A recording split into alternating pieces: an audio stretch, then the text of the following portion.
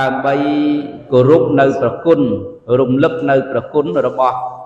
ព្រះសម្មាសម្ពុទ្ធជាម្ចាស់បរមគ្រូដែលព្រះអង្គបរិបូរដោយគុណគឺបរិបូរដោយមហាករុណាធិគុណបរិបូរដោយសីលគុណនិងបរិបូរដោយបញ្ញាគុណព្រះអង្គមានមហាករុណាធិគុណគឺព្រះអង្គស្រឡាញ់អាណិតរាប់អានចំពោះសពសត្វទាំងឡាយនៅក្នុងត្រៃភពមិនរើសសត្វណានិមួយឡើយនឹងតកតងជាមួយនឹងមហាករុណាធិគុណដែលព្រះអង្គមានចំពោះសត្វទាំងឡាយវិសុទ្ធិគុណព្រះអង្គមានសេចក្តីបរិសុទ្ធវិសេសរកអ្នកឯណានិមួយឲ្យបរិសុទ្ធវិសេសស្មើនឹងព្រះអង្គមិនមានឡើយព្រះអង្គបរិបូរដោយបញ្ញាគុណការចេះដឹងការត្រាស់ដឹងនៅធម៌ដ៏សមគួរដល់ធម៌មិនមានអ្នកឯណានិមួយសូម្បីសាវកស្ដាំឬសាវកឆ្វេងក៏មិនមានអ្នកឯណានិមួយស្មើដោយបញ្ញានឹងព្រះអង្គដែរដូច្នោះព្រះអង្គមានការចេះដឹងខ្ពស់ហៅថាសัพពញ្ញូដឹងគ្មានចន្លោះឬមួយក៏ដឹងគ្រប់ទាំងអស់សេចក្តីល្អដ៏បរិសុទ្ធវិសេសនេះហើយធ្វើឲ្យយើងទាំងអស់គ្នាជាពុទ្ធបរិស័ទស្រីប្រុសត្រូវគោរពគុណត្រូវដឹងគុណត្រូវបូជាគុណចំពោះព្រះសម្មាសម្ពុទ្ធហើយសមនឹងគតិមួយលើកឡើងថាអង្គរបស់បណ្ឌិតមាន4យ៉ាងភាពជាបណ្ឌិតឬក៏បុគ្គលអ្នកធ្វើដំណើរទៅកាន់ភាវៈជាបណ្ឌិតលោកថាមាន4ចំណុចឬមួយក៏មាន4យ៉ាងទី1អត្តសុទ្ធិចេះធ្វើខ្លួនឯងឲ្យល្អចេះធ្វើខ្លួនឯងឲ្យបរិសុទ្ធនេះគឺជាអង្គប្រកបរបស់បណ្ឌិតទី2លោកសម្ដែងថាបរិសុទ្ធិនាំអ្នកដតីឲ្យធ្វើល្អជាមួយនឹងខ្លួនផងឬក៏យកនៅសេចក្តីល្អទៅចែករំលែកឲ្យអ្នកដតីដឹងដើម្បីអ្នកដតីរៀនធ្វើល្អជាមួយនឹងខ្លួនផងទី3កតញ្ញូជាបុគ្គលដែលដឹងគុណមិនលុបគុណ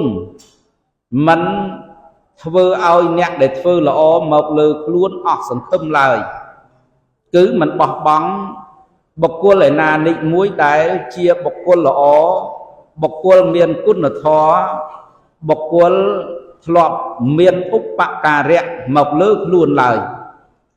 នេះគឺជាអង្គទី3របស់បណ្ឌិតអង្គទី4របស់បណ្ឌិតគឺសង្ឃហបណ្ឌិតោបុគ្គលជាបណ្ឌិតត្រូវ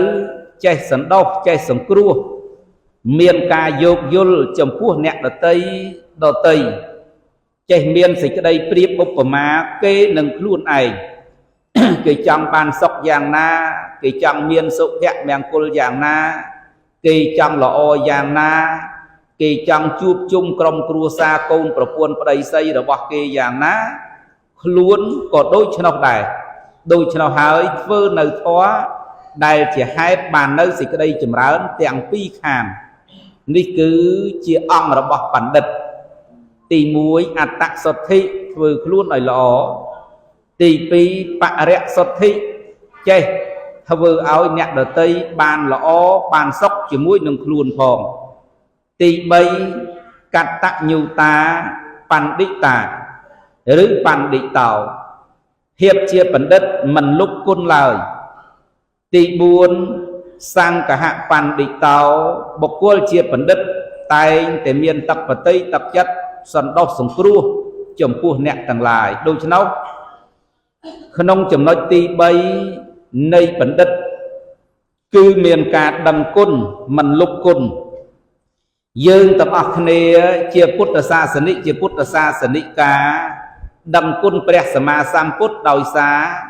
ព្រះសម្មាសម្ពុទ្ធជាម្ចាស់ព្រះអង្គត្រាច់រង្គត់នៅក្នុងវាលវដ្តសង្សារ ពាក្យតែត្រាច់រង្គត់ក្នុងទីនេះគឺព្រះអង្គស្លាប់កើតនៅក្នុងវាលវត្តសង្សារព្រះអង្គធ្វើដំណើរនៅក្នុងវត្តសង្សារដើម្បីស្វែងរកនៅមុខធម៌ដើម្បីស្វែងរកនៅមុខធម៌ដល់ទៅព្រះអង្គស្វែងរកនៅធម៌ដែលហៅថាមុខធម៌នោះបានហើយព្រះអង្គយកនៅធម៌នោះមកសម្ដែងប្រាប់ដល់បរិស័ទប្រុសស្រីគ្រប់គ្នាដូច្នោះហើយយើងទាំងអស់គ្នាជាបរិស័ទរបស់ព្រះអង្គបានដឹងធម៌បានយល់ធម៌បដិបត្តិធម៌តាមព្រះអង្គយើងដឹងនៅគុណូបការៈរបស់ព្រះអង្គដោយសារយើងបានសិក្សាយើងបានបដិបត្តិតាមធម៌ព្រះអង្គហើយឃើញថាធម៌របស់ព្រះអង្គនេះជាធម៌ពិតធម៌មែនធម៌មិនផ្លមធម៌មិនคล้ายคล้ายធម៌នាំសត្វចេញចាក់សង្សារទុក្ខដោយពិតប្រាកដដូច្នោះយើងប្ររពដឹងនៅគុណូបការៈរបស់ព្រះសម្មាសម្ពុទ្ធដូច្នោះញោមញាតនៅពេលនេះខ្ញុំគណៈអាត្មាភាពមិននិយាយអីជាបន្តទៅទៀតទេពីព្រោះឱកាសដែលយើងត្រូវជជែកគ្នាត្រូវនិយាយគ្នានាពេលល្ងាចគឺយើងមានពេលវេលាពេញលេញបន្ទាប់អំពីដង្ហែមាឃបូជាហើយយើងនាំគ្នាទៅជួបជុំគ្នានៅនឹងខឿនព្រះស្រីមហាពោធិព្រឹក្សនៅទីលានប្រជែកដីដែលជាសរណដ្ឋានមួយហៅថាបរិភោគចេតីទីនោះក៏មានឧទ្ទេសកចេតីមានព្រះពុទ្ធបដិមាដែលជារូបស្នងព្រះសម្មាសម្ពុទ្ធជាម្ចាស់បរមគ្រូហើយយើងនឹងអារាធនាប្រធានរបស់អង្គព្រះដ៏មានបុណ្យជាម្ចាស់បរមគ្រូដើម្បីទៅប្រពនៅការបូជាគុណដឹងគុណចំពោះអង្គដ៏មានបុណ្យជាម្ចាស់បរមគ្រូនៅខឿនព្រះស្រីមហាពោធិព្រឹក្សផ្នែកខាងកើតជ្រុងខាងត្បូងវត្តរបស់យើងនោះផងដែរអញ្ចឹងល្ងាចនេះញាតិញោមស្រីប្រុសម៉ោងជាង2ជិត3សូមញាតិញោមអញ្ជើញមកដល់វត្តហើយយើងនាំគ្នាជួបជុំគ្នាខ្ទួងម៉ោង3ជាងដើម្បីដង្ហែ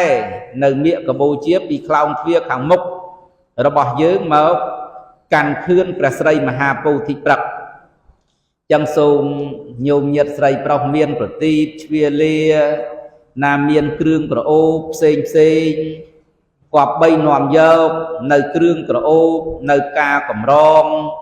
នៅប្រទីបយកមកបូជាដល់ព្រះរតនត្រ័យញាតិញោមស្រីប្រុសបូជារបស់ណារមែងបានផលតាមពូជដើមដូច្នោះសូមសពបរោះស្រីប្រុសបង្អោនកាយវាចាចិត្តញ៉ាំងសេចក្តីជ្រះថ្លាឲ្យកើតឡើងដើម្បីបូជាគុណរបស់ព្រះសម្មាសម្ពុទ្ធជាម្ចាស់បរមគ្រូទាំងអស់គ្នាអញ្ចឹងខ្ញុំគណៈអាត្មាភាពណារំលឹកញោមញាតិស្រីប្រុសទាំងអស់គ្នាប៉ុណ្ណឹងហើយញោមញាតិមានក្មេងកូនចៅស្រីប្រុសញាតិញោមអាចជួយបណ្ដុះឬនាំគាត់មកឲ្យគាត់ឃើញគាត់ដឹងណាគាត់អនុវត្តជាមួយយើងទាំងអស់គ្នាមានប្រយោជ